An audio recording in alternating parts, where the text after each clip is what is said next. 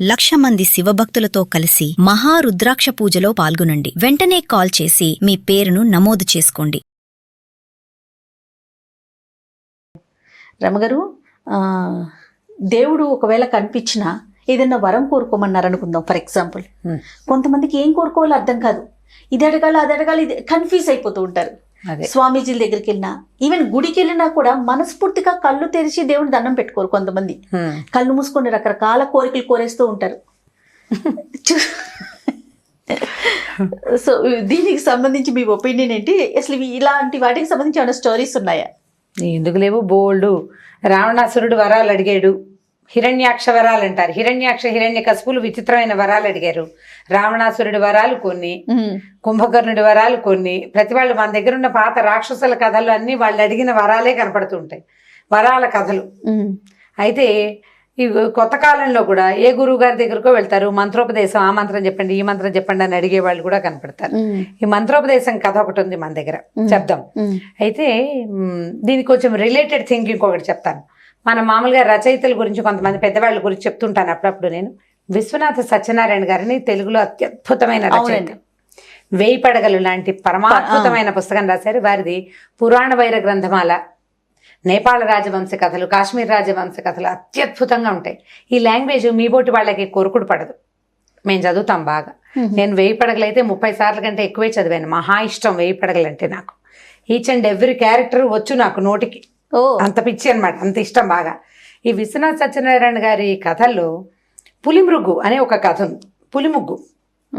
ఈ పులిమృగ్గు కథలో ఎలా చెప్తారంటే, ఒక మనిషి పులిగా మారడానికి, మనిషే మానవుడు పులిగా టర్న్ అవటం, పులిగా మారటానికి ఒక విచిత్రమైన ముగ్గు, వేరువేరు వర్ణాలు కలిగిన కొన్ని ఆకులు, అలమల తాలూకు రంగుల పొడులు చల్లి దాంట్లో పడి దొర్లుతాడనమాట. అతను పడుకుంటాడు, అందులో పులిగా మారతాడు.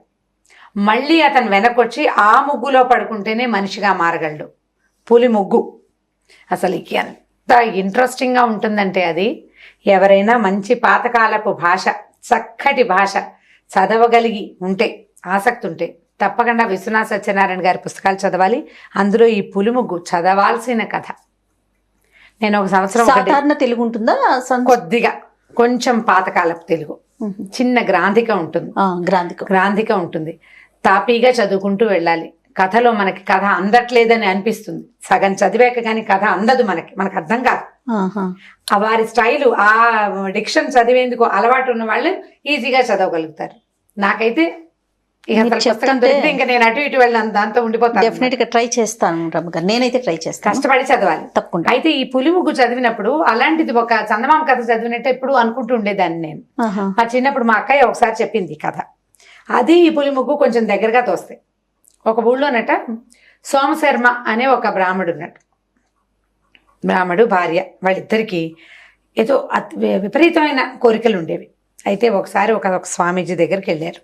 స్వామీజీ దగ్గరికి వెళ్తే ఆయనకి బాగా సేవించారు. వీళ్ళేవో పళ్ళు ఫలాలు పట్టుకెళ్ళారు, అపూర్వమైన పదార్థాలు కొన్నిచ్చి ఆయన్ని ఏం అడిగారంటే, ఈయన అడిగాడు, పులి మంత్రం చెప్పండి మాకు అని అడిగారు.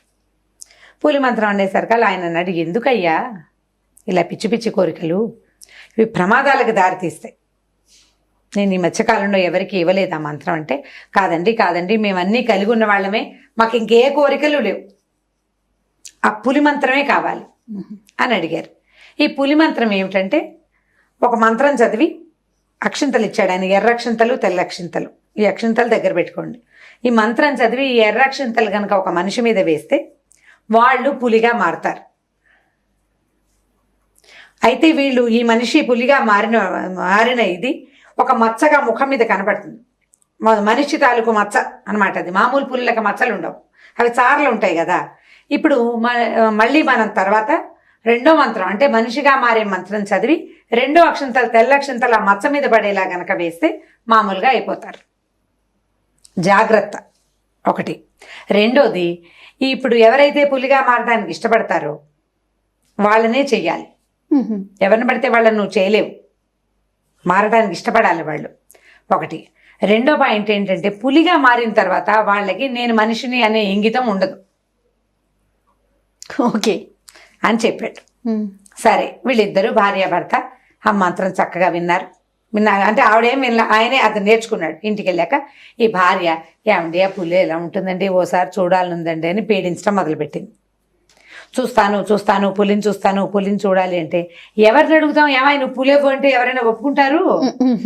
ఎవరు ఒప్పుకోరు. పైగా ఇందులో ప్రమాదం ఈవిడుంది, వాడికి స్పృహ ఉండదు. ఒకవేళ ఏ కారణ పరిస్థితుల్లో అయినా వీడు గనక చేయలేకపోయాడా, రెండో మంత్రం వేసి రెండో మంత్రము రెండో అక్షంతలు పడకపోతే వాడు శాశ్వతంగా పులిగా మిగిలిపోతాడు. ఒప్పుకోకపోవచ్చు. ఏం చేయాలి? అప్పుడు ఆవిడ రోజు నేను పులిని చూస్తాను ఎప్పుడూ జీవితంలో చూడలేదు, కథలో వింటాం తప్ప అని రోజు సతాయించేది. ఈయన ఏం చేశాడు, ఒకరోజు ఫోన్లో ఓ పని చేద్దాం, నేనవుతా పులి, నువ్వు పులిని చూడాలి కదా, మంత్రాలు 2 నీకు చెప్తా, ఎదుగో అక్షింతలు జాగ్రత్త పెట్టుకో. మంత్రం చెప్తాను కదా నేను, నువ్వు మంత్రం చదివి నా మీద అక్షింతలు వేయి, నేను పులి అయిపోతా. నువ్వు చూసేశాక మళ్ళీ రెండో మంత్రం చదివి అక్షింతలు వేస్తే నేను మనిషి అయిపోతాను అని చెప్పాడు. బాగుంది. సరే మంత్రం తరోగా నేర్పించాడు భార్యకి. పెద్ద ఇల్లు వాళ్ళది, అన్ని పక్కల తలుపులు వేసేశారు. భార్యని జాగ్రత్తగా పులిని చూస్తే భయపడతావేమో, పైగా నాకు స్పృహ కూడా ఉండదు, అటకెక్కమని దిచ్చనేసి అటకెక్కిచ్చాడు. అటక మీద కూర్చుంది భార్యామణి, కింద నుంచున్నాడు భర్త గారు. సరే ఆవిడ ఏం చేసింది, మొదటి మంత్రం చదివి అక్షింతలు వేసింది. వేసేసరికల్లా ఈ చక్కగా నుంచున్న మనిషి ఉన్నట్టుండి పులిగా మారిపోయాడు. నిజంగానే మారిపోయాడు. గాండ్రించడం మొదలుపెట్టాడు. ఒక్కసారి ఇంత పొడుగు జంతువు, అమిత బరువు, అది అటు ఇటు చూస్తే దడబుడుతుంది, గుండెలో భయం వేస్తుంది, కంగారు వచ్చేస్తుంది. మామూలు భయం కాదు. పులిని ఇలాంటి జంతువుని మనం డిస్కవరీ ఛానల్లో చూస్తేనే, అది చీకటిగా ఉన్నప్పుడు చూస్తే మన మీదకే వచ్చేస్తుంది అనిపిస్తుంది. ప్రత్యక్షంగా చూస్తే ఇంట్లో కింద అరుగు మీద కింద ఉంది పులి, మనం అటక మీద ఉన్నాం. హడిలిపోయింది ఈ అమ్మాయి, ఎప్పుడూ చూడలేదు, అది అలా ఉంటుందని తెలీదు. ఈ పారిశర్మ 40 ఏళ్ళ వాడు, అంటే ఇప్పుడు పులి యంగ్ పులి అనమాట. అది తోక నేలకేసి కొడుతుంది కోపంతో, బయటికి వెళ్ళిపోవడానికి ట్రై చేస్తుంది. ఇక తలుపులు పగలగొట్టడానికి భీభత్సంగా గాండ్రించి అది ఆ తలుపులు పగలగొట్టేయడానికి, తలుపులు తోసేయడానికి ట్రై చేస్తుంటే ఈ భార్య హడిలిపోయింది, భయం వేసేసింది. మొహం మీద మచ్చ కనపడుతోంది. ఆ మచ్చ మీద పడాలి అక్షింతలు, మంత్రం చదవాలి. మా అక్షింతలు వేస్తుంది కానీ మంత్రం రావట్లే, భయానికి మర్చిపోయింది. ఏం చెయ్యాలి? కేవు కేవు కేవు అని కేకలు పెట్టేస్తోంది కానీ మంత్రం రావట్లేదు. భయానికి, మనకి భయం వేసినప్పుడు మనకి ఒంటి మీద ఉండదు, మైండ్ పనిచేయదు కదా, సెన్సెస్ పోతాయి అన్ని. కేకలు పెట్టడం ఒకటే మిగులుతుంది. అక్షింతలు గడిగా పట్టేసుకుంది, వేసింది, కాసిన ఉన్నాయి ఇంకా చేతిలో, మంత్రం రావటాల. ఈ లోపల ఈ పులి కాస్త భీకరంగా అరిచరిచి గాండ్రించి వీటిని తోసేసి ఇల్లంతా భీభత్సంగా చేసేసి కాస్త పలచగా ఉన్నటువంటి వంటింటి తలుపులు పగలగొట్టుకుని దొడ్లో ఈ పెరట్లో ఇంచేసా దూకి బయటికి వెళ్ళిపోయింది. అయ్యో, ఏం చేస్తుంది, లబో దిబో మొగుడు వెళ్ళిపోయాడు. భయం వేస్తోంది, ఏం చేయాలో తెలియదు. ఇంకా సాయంత్రం అయ్యేసరికి తమ్ముడు వచ్చాడు. ఏమిటి అక్క ఇల్లంతా ఇలా ఉంది, ఏమిటో ఏడుస్తావంటే, మా ఆయన పులైపోయాడు రా అంటే, నీ మొహమండా ఇలాంటి పని చేసావని తిట్టాడు తమ్ముడు. తిడితే ఏం ప్రయోజనం, ఇప్పుడు ఆ పుల్ని ఎక్కడ పట్టుకునే పని? ఇంకా అక్కడి నుంచి ఊళ్ళో వచ్చేసింది. ఏమిటి, ఒక మచ్చల పులేదో ఒకటి వచ్చింది, అది వీళ్ళని తినేయటమే.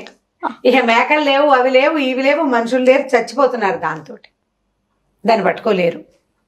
పైగా కొత్తగా పులి అయ్యేసరికల్లా ఎంగగా ఉంది, దానికి మనిషినన్న స్పృహ లేదు, బీభత్సంగా అరిచారు. పులే ఇంకా అది నా గందరగోళంగానూ ఉంది.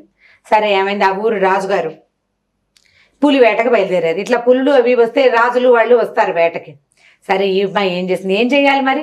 ఆ రాజుగారు ఎటుపోతే అటు బోట మొదలుపెట్టారు. అక్క తమ్ముడు ఇద్దరు కలిసి ఎక్కడో చోట పులి కనిపిస్తే అక్కడి నుంచి ఈయన ఏం చేశాడంటే, చక్కని బాగా స్వాంతను పరిచి, వీళ్ళు తగలేసావు, సంసారం గుండం చేసుకున్నావు, కాగితం మీద రాయి మంత్రం గుర్తు చేసుకో అని చెప్పి ఒప్పించాడు. అమ్మాయి మెల్లిగా ఆలోచించుకుని గురువు గారు ఏం చెప్పారు, వాళ్ళ భర్త ఏమన్నాడు, ఇదేమన్నాడు ఆలోచించుకుని మెల్లిగా కాస్త మంచినీళ్ళు దాగి 2 స్వీట్ ముక్కలు తింటే బ్రెయిన్ పనిచేసింది అనమాట. మెల్లిగా రాసుకుంది. గుర్తొచ్చిందిరా నాయన, పదరా వెళ్ళిపోదామంటే, ఇక రాజుగారు ఎక్కడికి వెళ్తే అక్కడికి వెళ్తున్నారు అక్షింతలు చేత్తో పుచ్చుకుని. సరే రాజుగారు వచ్చాడు. మంది మార్పులు అంతా టకుటమారాలన్నీ వస్తాయి కదా, డమడమలాడించుకుంటూ వస్తే ఏమవుతుందంటే, ఈ పులి ఏ పక్కన ఉందో ఆ పక్కకి లీడ్ అవుతారు వీళ్ళు. సరే పులి ఉందని కనిపెట్టారు, అక్కడ మాటేసేసరికల్లా ఏమైంది, రాజుగారు ఏదో అదాటుగా అలా వాకే బయటకు వచ్చి నుంచున్నాడు గుడారంలోంచి. ఉన్నట్టుండి పొదల్లో చప్పుడైంది. పులి కనపడింది రాజుకి. అతను ఏం చేశాడంటే బాణం వేశాడు. బాణం వేస్తే పులి తాలూకు కుడి కాల్లోకి బాణం తగిలింది. లోపలికి దిగాలి. కాళ్ళ మధ్యలోకి కనుక బాణం దిగితే పులి చచ్చిపోతుంది. కాళ్ళలో దిగితే దెబ్బతిన్న పులి ఇంకా విజృంభించి మీదకి వస్తుంది. విజృంభించి ఏం చేసింది, ఇతనేమో ఇంకా ఎక్కడో చోట దొరుకుతుందేమో, గాయపడిన పులి ఎక్కడో చోట పడి ఉంటుందని వీళ్ళు ఏం చేశారు, కొద్దిగా చీకటి పడేశారు కల్లా రెస్ట్ తీసుకుందామని ఒక చోట ఆగారు. మిగిలిన వాళ్ళంతా మంచినీళ్ళకి వాటికి వెళ్ళారు.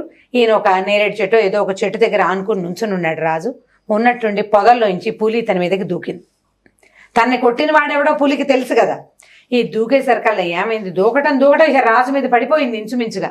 రాజుగారి మెడ పళ్ళతోటి పట్టుకుంది, ఓ పంజా వేసింది, మొహం పట్టుకుంటుంది. అసలు నాన్న గందరగోళంగా ఉంది, ఇక అయిపోయాను అనుకున్నాడు రాజు. ఇంతలో సడన్ గా ఏమైంది, తన మీద ఉన్నది పులి కాదు మనిషి అని అర్థమైంది రాజుకి. చచ్చిపోయాను అనుకోగానే కళ్ళు మూసుకుంటాం మనం, ఇట్లా కళ్ళు తెరిచి చూడం కదా మన మీద దూకిందని భయంతో కళ్ళు మూసుకుపోతాయి. ఆయనకు ఒక క్షణం తర్వాత బరువుగా ఉన్న పులి కాకుండా, ఈ గోళ్లతోటి ఉన్న పులి, పళ్ళతోటి ఉన్న పులి ముఖము కాకుండా మనిషి తన మీద ఉన్నట్టు తెలిసింది అతనికి. స్పృహ అలా అర్థమైంది. తెరిచి చూస్తే తన మీద ఒక బ్రాహ్మడు ఉన్నాడు, పంచకట్టుకుని చొక్కా లేకుండా ఉన్నవాడు. ఓకే, అతను పట్టుకుని ఉన్నాడు. తన్ని పట్టుకుని ఉండేసరికల్లా రాసలబడి ఏమిటి ఎవరయ్యాను అంటే, అవును నువ్వెవరు అంటున్నాడు బ్రాహ్మడు కూడా. తీరా చూస్తే బ్రాహ్మడికి కాల్లో బాణం గుచ్చుకుని ఉంది. ఈ లేచి నుంచున్నాడు. ఇంతలో ఏమైంది, చెట్టు మీద నుంచి ఒక అమ్మాయి దిగింది. ఈ బ్రాహ్మడి భార్య రాజుగారు ఎక్కడుంటే అక్కడ నుంచి చూసుకుంటున్నారనమాట వాళ్ళు. ఈ పులి ముందు కొట్టాడు, దొరుకుతుందేమో అని ఆ రాజుగారి దగ్గరికి వచ్చారు. అమ్మాయి చెట్టు మీద కూర్చునుంది. ఎప్పుడైతే ఈ మచ్చల పులి అతని మీద దూకిందో రాజుగారి మీదకి, ఈ అమ్మాయి ఏం చేసింది, అక్షింతలు కరెక్ట్ గా మంత్రం చదివి ఆ పులి మీదకి పడేసింది. మొహం మీద పడేసరికల్లా వెంటనే అతను మనిషిగా మారిపోయాడు. మారిపోయేసరికల్లా సరే రాజుగారు, అమ్మ ఈ కథ అంతా ఏం చెప్తారు, ఇతన్ని మనిషిని చేసావమ్మా, నన్ను రక్షించావు, లేకపోతే నన్ను చంపేసేవాడు కాస్తుంటేనని ఏం చేశాడు, వైద్యులు వాళ్ళు ఇప్పుడు ఏటకెళ్ళేటప్పుడు వైద్యుడిని వెంట తీసుకెళ్తారు. అవును, ప్రమాదాలకెళ్ళో ఇబ్బంది లేకుండా. వైద్యుడు వచ్చి ఈ బాణం లాగి, అది రాజు వేసిన బాణమేనే సంగతి తెలిసిపోయింది. బ్రాహ్మణ హత్య చేయవలసి వచ్చేది ఆ పులి చచ్చిపోయి ఉంటే కనుక. సరే ఆయన కాలు కట్టి ఈ అమ్మాయికి ఒక 2-3 అగ్రహారాలు ఇచ్చాడు రాజు. నీ వల్లే నేను బతుకున్నానమ్మా అని. ఆ తర్వాత బావమరిది బాగా కేకలేసి ఈ పులి మంత్రాన్ని ఇవాళకి వాళ్ళను విడిచిపెట్టేసేయాలని ఆవు చెవిలో ఆ మంత్రాన్ని ఉపదేశం చేయించుకున్నాడుగా వదిలించేస్తారనమాట. వదిలేసాక ఇంకా ఆ మంత్రం ఫలించదు. ఆ తర్వాత మళ్ళీ తిరిగి వచ్చిన గురువు గారు, ఆ సిద్ధపురుషుడు తిరిగి వచ్చి వీళ్ళు చక్కగా 2-3 అగ్రహారాలు కలిగి ఉన్నారని తెలుసుకుని పులి మంత్రం పోని కొంత మటుకు ఫలించింది. ఏదో చిన్న ఇల్లు వాకిలి పొలం పుట్ర ఉన్న వాళ్ళకి అగ్రహారాలు వచ్చినాయి ఏం చక్క అని చెప్పి, నాయన ఇలా విపరీత మంత్రాలు వాటి మీద ఆసక్తి పెంచుకోకూడదు. విపరీత కోరికలు ఉన్నవాడు ఎప్పుడూ నశించిపోతాడు. ఎందుకంటే విపరీత వరాలు తీసుకున్నటువంటి ప్రతివాడు నాశనమైన వాడే కనపడ్డాడు, కానీ విపరీత వరాల వల్ల బాగుపడిన వాడు ఎవడూ కనపడ్డా. ఇప్పుడు విపరీత వరాలు కోరుకున్నాడు హిరణ్యకశిపుడు వల్లే నరసింహావతారం వచ్చింది. అవునండి, అంతే కదా. ఇప్పుడు మన లోకానికి మేలు జరిగింది, నరసింహావతారం కలిగింది, మంచిదే.